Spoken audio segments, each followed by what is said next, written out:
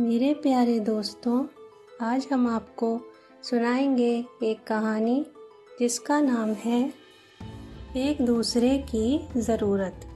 एक बार की बात है, किसी राज्य के नागरिक पक्षियों से बहुत परेशान थे। पक्षी उनके खेत खलिहान बर्बाद कर देते थे। एक दिन कुछ नागरिक अपना दुखड़ा लेकर राजा के पास पहुँचे।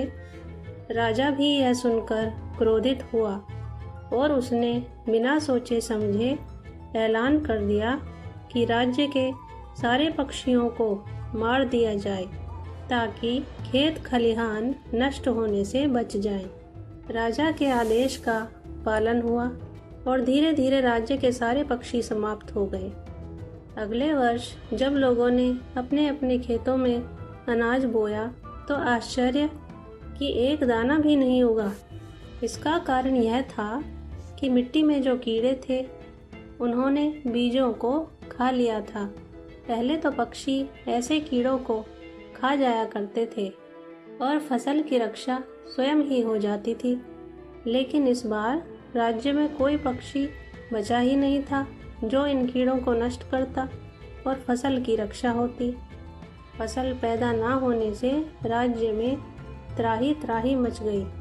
हर जगह भुखमरी के हालात पैदा हो गए। पहले तो लोगों को समझ में ही नहीं आया कि आखिर ऐसा हुआ क्यों, लेकिन जब उन्हें वास्तविकता का पता चला तो वे अपनी करनी पर पछताने लगे। फिर राजा के पास जा पहुँचे। नागरिकों की बात सुनकर राजा को भी अफसोस हुआ कि जो कुछ भी हुआ वह ठीक नहीं हुआ।